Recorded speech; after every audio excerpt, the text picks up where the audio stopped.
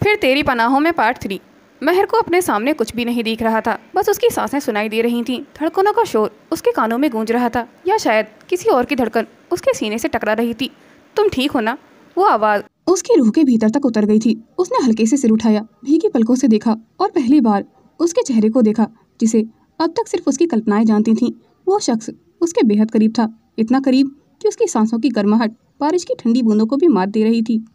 छोड़ो मुझे, उसने कांपती आवाज में कहा। रुद्र की बाहें अभी उसकी कमर के चारों ओर थीं। उसकी उंगलियां जब तक महर को थामे हुए थीं, एक पल के लिए जैसे उसकी भीगी कमीज की सिलवटों को महसूस करने लगी थीं।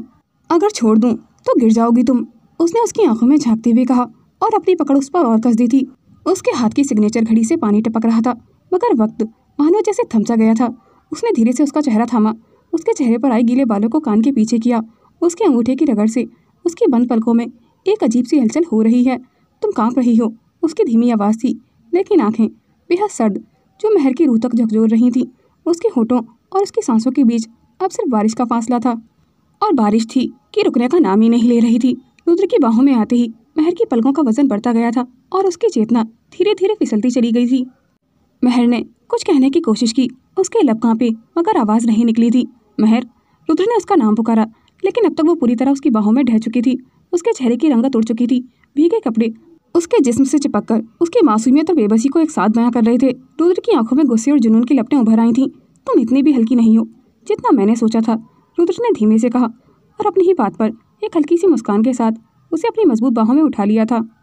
जो उसकी गीली पलकों पर गिरती बारिश जितनी सधी हुई थी, वो झटके से पलटा और तेज कदमों से अपने कार की ओर बढ़ा। वह महर को अपनी बाहों में मजबूती से थामे हुए था। साहब, पीछे की सीट खोल दूं? ड्राइवर ने घबरा कर पूछा। उसकी ये बात सुनकर रुद्र का जबड़ा कस गया था, उसकी आंखें लाल थीं। तू सिर्फ गाड़ी चला, पीछे देखने की जरूरत नहीं है, उसने दांत भींचकर कहा। अगर एक बार भी नजर उठाई ना तो अगली सांस तेरी आखिरी होगी। ड्राइवर कांप गया था। रुद्र ने महर को पीछे की सीट पर लिटाया, लेकिन उसका चेहरा भी उसकी गोद में था। वो उस हर लम्हे को अपनी आंखों से ढक लेना चाहता था, जहाँ कोई और उसे देख भी ना सके। उसके गीले कपड़े बदन पर इस कदर चिपके थे कि रुद्र की नजरें भी भटक गई थीं। उसने, ये सिर्फ मेरी है और इसको देखने की इजाजत किसी को भी नहीं, उसने खुद से बुदबुदाते हुए कहा। उसके गाल पर एक गिरती एक भीगी लट को हटाया। महर, मैं तुम्हें किसी की नज़र तक नहीं लगने दूंगा, अब कभी नहीं। बारिश थम चुकी थी, लेकिन रुद्र का दिल अब भी तूफान में था। महर एक नरम सफ़ेद चादर में लिपटी बेहोश थी। रुद्र ने उसे अपने बेडरूम में लिटाया और धीरे से उसके चेहरे को निहारने लगा था कि तुम इतनी मासूम क्यों हो महर, क्यों? उसने खुद से पूछा, जैसे जवाब खुद महर की सांसों में छिपा हो। उसका गला सूख रहा था। भीगी कलाई पकड़ते हुए उसने देखा कि उसकी धड़कन अब धीमी थी। रुद्र उसके पास ही बैठा था, आंखों में वही बेचैनी, वही अनकहा इश्क लिए। तभी दरवाज़ा खटखटाया गया। एक महिला डॉक्टर अंदर आई, लगभग 35 से 40 की उम्र, प्रोफेशनल और सुलझी हुई। उन्होंने महर की नब्ज को चेक किया। घबराने की ज़रूरत नहीं है, बस वीकनेस है, नींद की ज़रूरत है। ये हल्का सा इंजेक्शन दे रही हूँ, थोड़ी देर में उठ जाएंगी। डॉक्टर ने जैसे ही इंजेक्शन तैयार किया, रुद्र की सांसें ठहर गई थीं।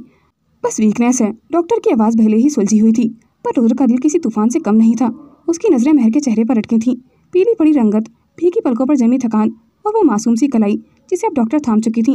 ज़्यादा देर नहीं लगेगी, बस हल्का सा इंजेक्शन है मिस्टर रायचंद, आप इतना परेशान क्यों हो रहे हैं? डॉक्टर ने फिर से कहा। लेकिन जैसे ही सुई महर की नरम त्वचा से छुई, रुद्र एकदम तड़प गया था। क्या ज़रूरी है ये? उसकी आवाज़ भारी थी, घोटी हुई, लेकिन काबू से बाहर। डॉक्टर ने चौंकर उसकी तरफ देखा। वो ठीक हो जाएंगी मिस्टर रायचंद, ये बस एक नींद की दवा है। लेकिन रुद्र की नज़र अब भी महर पर थी, जिसके माथे पर शिकन उभर आई थी, जैसे उसके शरीर ने वो चुभन महसूस कर ली हो।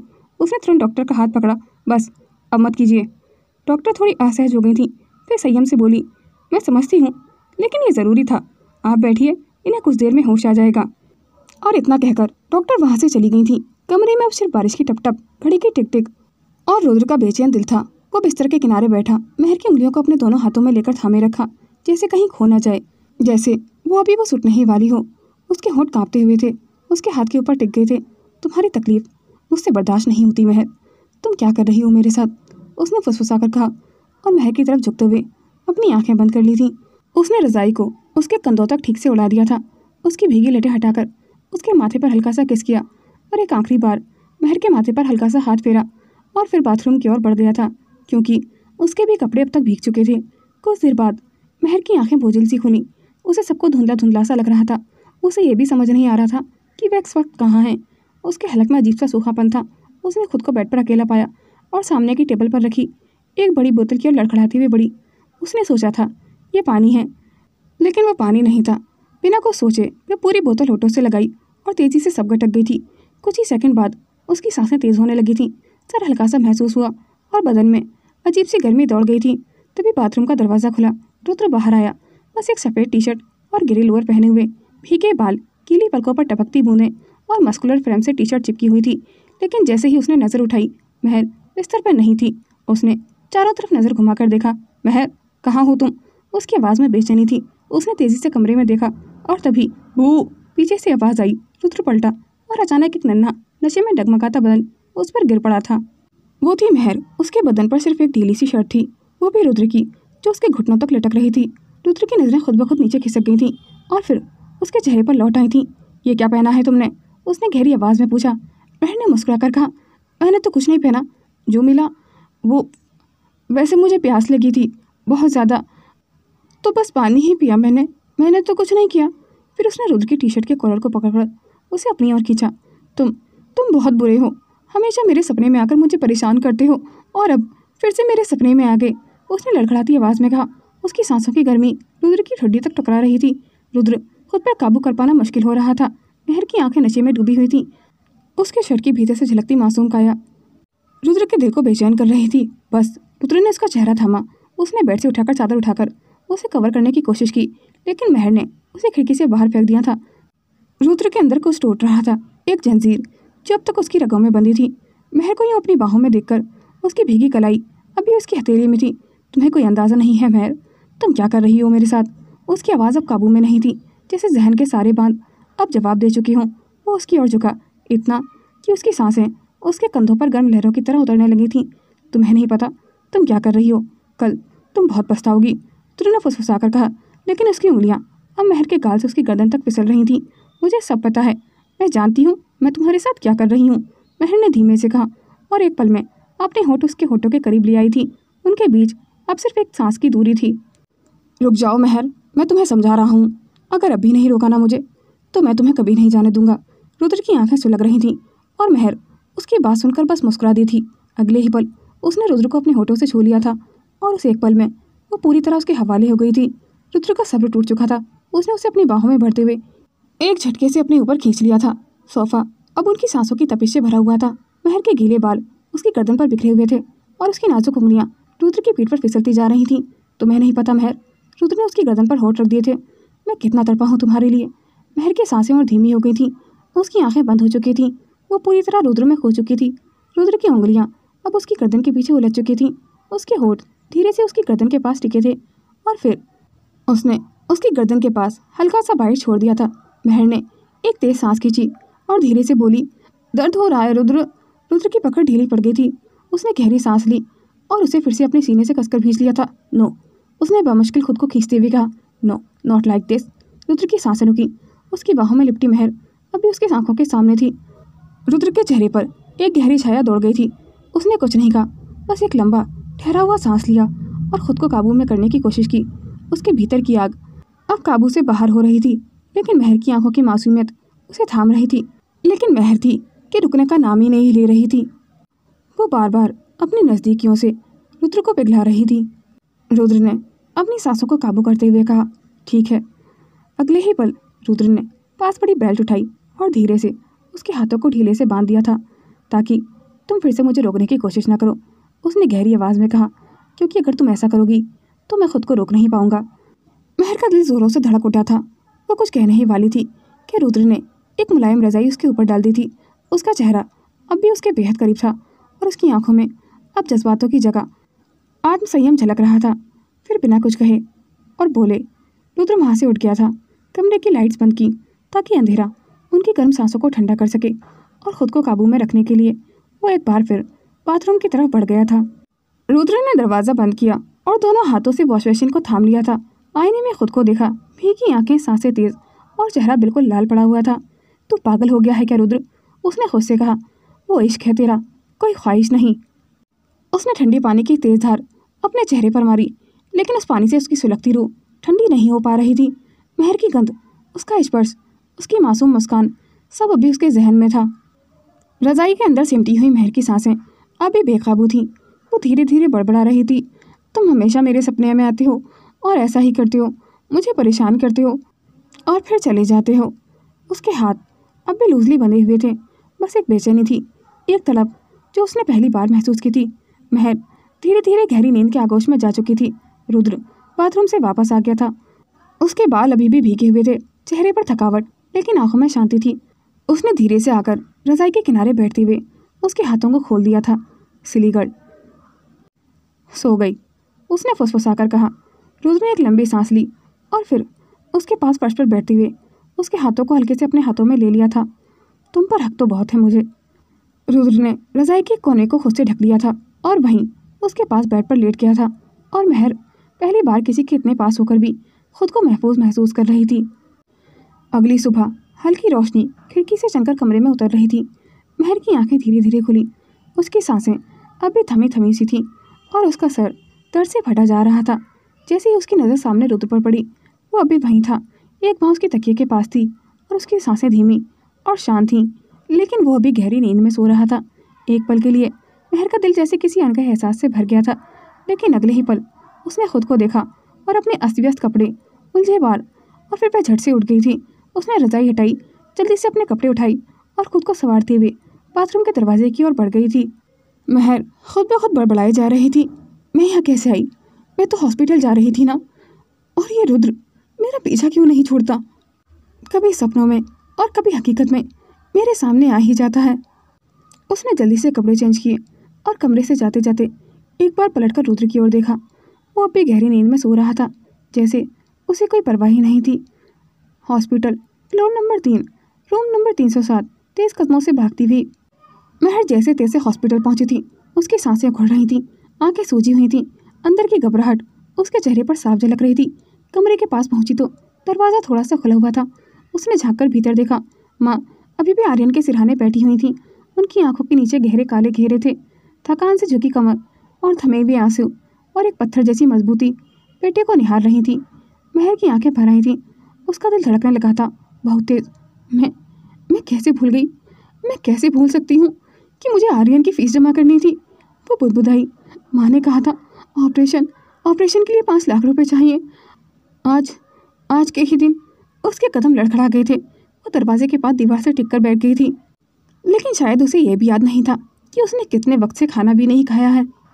और वह पूरी तरह कांपने लगी थी, जैसे किसी ने उसकी सांसें छीन ली हों। हे भगवान, उसने थरथराते होठों से कहा। मैं कैसे इतनी गैर जिम्मेदार हो गई? मैं रुद्र के पास कैसे पहुंची और कैसे भूल गई? मैं इतनी लापरवाह कैसे हो सकती हूँ? वो फर्श पर बैठ गई थी और अपना चेहरा दोनों हाथों में छुपा लिया था। उसकी पूरी बॉडी कांप रही थी। उसे अपनी माँ के सामने जाते में शर्मा रही थी कि वो किस मुंह से कहेगी कि माँ, मैं पैसों का इंतजाम नहीं कर पाई। आंसू उसके गालों से बहते चले गए थे। तभी अंदर से माँ की धीमी आवाज़ आई। डॉक्टर ने कहा है कि अगर आज पेमेंट नहीं हुई तो ऑपरेशन टालना पड़ेगा। महर का दिल जोर से धड़कने लगा था जैसे ही उसने माँ की आवाज़ सुनी। पता नहीं महर अब तक क्यों नहीं आई है। उसने आंखें उठाई। सामने हॉस्पिटल का बिलिंग काउंटर था और एक बोर्ड जिस पर लिखा था today last call for pending surgeries before 11 AM। उसने अपनी घड़ी को देखा, जिसमें अभी 10:30 बजे थे। उसने कांपते होठों से एक ही नाम निकला, रुद्र। इस वक्त वही मेरी मदद कर सकता है। जैसे ही वो कमरे में दाखिल हुई, उसने देखा आर्यन अभी बेहोश पड़ा हुआ था। कई वायर उससे जुड़े हुए थे और माँ उसी पुराने स्टील के स्टूल पर बैठी हुई थी, थकी हुई पर उम्मीद थामे हुए, जिससे उन्हें इंतजार था कि महर आएगी तो वो पैसे लेकर आएगी। महर की आंखें भर आई थीं। मम्मा, उसकी आवाज़ कांप रही थी। माँ ने चौंक कर उसकी तरफ देखा, फिर उठ खड़ी हुई थी। कहाँ थी तू महर? रात भर से कहाँ थी? तुझे पता है मुझे कितनी चिंता हो रही थी तेरी। माँ की आवाज़ में गुस्सा नहीं, सिर्फ चिंता थी। महर एकदम टूट गई थी। वो दौड़कर मम्मा के पास पहुँची और उनके पैरों में गिर गई थी। माफ़ कर दो मम्मा, मुझसे नहीं हो पाया। वो फपक पड़ी थी। मैंने बहुत कोशिश की, बहुत ज़्यादा, लेकिन कुछ नहीं हो पा रहा। माँ चुप थी, लेकिन उनकी आंखें नम हो गई थीं। उन्होंने झुककर महर को उठाया और सीने से लगा लिया था। चुप कर बेटा, सब ठीक होगा। तू अकेली कहाँ है? माँ ने उसके बाल सहलाते हुए कहा। जब इरादा साफ हो तो खुदा भी रास्ते बना देता है। महर ने आंखें पहुँची, लेकिन उसके दिल में तूफान चल रहा था। कैसे बनेगा रास्ता माँ? सारे रास्ते तो बंद हो चुके हैं। क्या अब रुद्र ही उसका आखिरी सहारा है? क्या वो उसे फिर से देख पाएगी उस रात के बाद? वहीं दूसरी तरफ रुद्र का प्राइवेट विला सुबह के उजाले में एक अलग ही रोशनी में चमक रहा था। कमरे में खामोशी फैली हुई थी। पर्दे से चलती हल्की धूप फर्श पर पड़ रही थी। रुद्रांश रायचंद अब भी बेड पर था। वो अचानक उसकी आंख खुली। उसने इधर उधर देखा, लेकिन महर कहीं नहीं थी। वो तुरंत सीधा उठ बैठा था। महर, लेकिन कोई जवाब नहीं था। महर की खुशबू अभी उस कमरे में बाकी थी। उसकी नज़र तेज़ी से पूरे कमरे में घूमी, फिर उसकी आंखें बिस्तर के कोने पर रुकी जहाँ एक नाजुक सा ब्रेसलेट पड़ा हुआ था। रुद्र ने धीरे से उसे उठाया। ये वही ब्रेसलेट था जो महर हमेशा पहना करती थी, जिसमें छोटी सी नीली मोती की लड़ी थी। रुद्र के चेहरे पर हल्का सा झटका आ गया था। कुछ पल वो बस उसे देखता ही रहा था और फिर धीरे से उसे अपने होठों से छू लिया था, जैसे वो महर को महसूस कर पा रहा हो। उसकी आंखें कुछ पल के लिए बंद हो गई थीं। इतनी भी क्या जल्दी थी महर मुझे छोड़ के जाने की? एक बार खुली आंखों से मुझे अपना चेहरा तो देखने देती। उसका स्वर बेहद धीमा था, जैसे खुद से बातें कर रहा हो या उस हवा से जो अभी महर के नाम की खुशबू ला रही थी। वो उठकर खिड़की के पास आया। खुद ब खुद कल रात के बारे में सोचकर उसके होठों पर एक अजीब सी मुस्कान आ गई थी। रुद्र ने एक गहरी सांस ली और ब्रेसलेट को अपनी मुट्ठी में कसकर बंद कर लिया था। रायचंद मैंशन। सुबह पूरा रायचंद हाउस सजाया गया था। हर कोने में चमचमाती लाइट्स, फूलों की झालरें और स्टाफ की भागदौड़। दहलीज से लेकर छत तक हवेली किसी शाही महल से कम नहीं लग रही थी। रुद्रांश अपने विलासी गाड़ी में बैठकर रायचंद हाउस पहुंचा। जैसे ही उसने गाड़ी से उतरकर हवेली का दरवाज़ा पार किया, उसका चेहरा संजीदा था, लेकिन कहीं ना कहीं महर की वो चुलबुली हरकतें उसे बार बार याद आ रही थीं, जिसकी वजह से उसके चेहरे पर खुद ब खुद ही मुस्कान आ गई थी। लेकिन जैसे ही वह अंदर दाखिल हुआ, वो ठिठक गया था। हर तरफ सजावट। उसने चौंक कर चारों ओर देखा। दीवारों पर फूलों की बेलें, फर्श पर पंखुड़ियों का बिछावन और लॉबी में लगे बड़े बड़े झूमर। उसने सिगरेट निकाली और होठों से लगाकर धीरे से सुलगाया। ये सब क्या है? उसने सामने खड़ी भाभी माँ से पूछा, जिनके चेहरे पर हमेशा की तरह कठोर रौब और शाही ठहराव था। कोई पार्टी है क्या आपके पतिदेव की? भाभी माँ ने उसकी ओर सीधी नज़रों से देखा। एक सख्त और दबदबे वाले अंदाज में बोली, तुम्हारी शादी है रुद्रांश। शादी का नाम सुनकर ही पूरे हॉल में सन्नाटा छा गया था। सिगरेट का धुआं हवा में थमसा गया था। रुद्रांश एक पल को एकदम शांत खड़ा रहा था, फिर अचानक एक जोरदार ठहाका लगाया। अच्छा मजाक है भाभी माँ। वो हंसता गया जैसे कोई बचकानी बात सुन ली हो। आप जानती हैं, हम पहले ही कह चुके हैं, लड़की हमारी पसंद की होगी और जब हमारा मन होगा शादी भी तभी होगी। अभी हमें शादी में कोई दिलचस्पी नहीं है और आप ये सब रुकवा दीजिए। हम किसी और से शादी नहीं करेंगे। ये बात हम कल भी कह चुके हैं और आज भी कह रहे हैं। हम आपका अपमान नहीं करना चाहते, तो भाभी माँ आप भी हमारी बात को समझिए। हमारी मर्जी के खिलाफ हमसे कोई भी कुछ नहीं करवा सकता, चाहे वो आप ही क्यों ना हो। भाभी माँ आप भूल गई हैं क्या कि हम कैसे हैं? भाभी एक कदम आगे बढ़ी। उनकी आंखों में भावनाओं की शक्ति थी। भूल नहीं सकती रुद्रांश, उन्होंने भारी आवाज़ में कहा, लेकिन आप अपना वादा भूल चुके हैं जो आपने हमें जन्मदिन पर दिया था।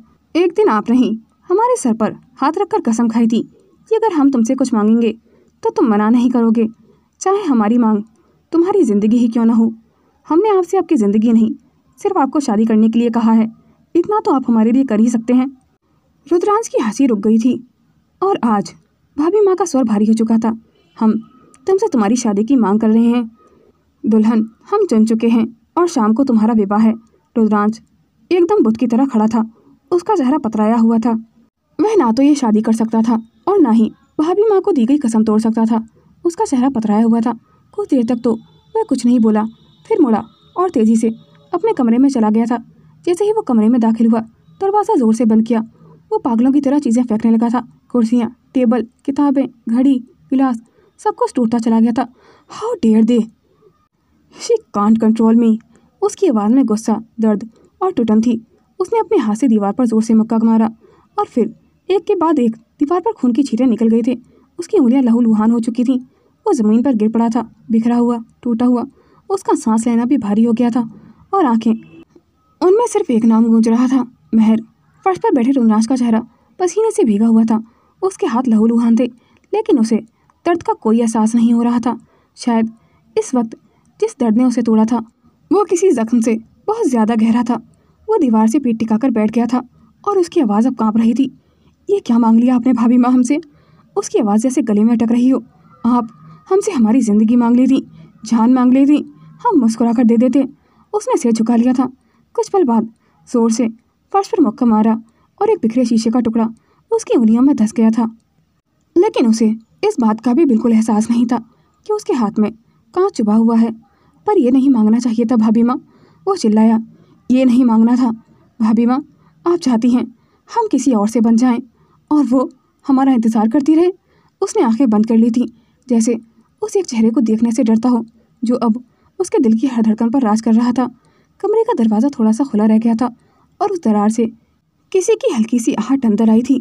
अनामिका, जो कि अक्सर रुद्र के एरिया में नहीं आती थी, लेकिन ना जाने क्यों आज वो बॉल से खेलते खेलते उस एरिया में आ गई थी।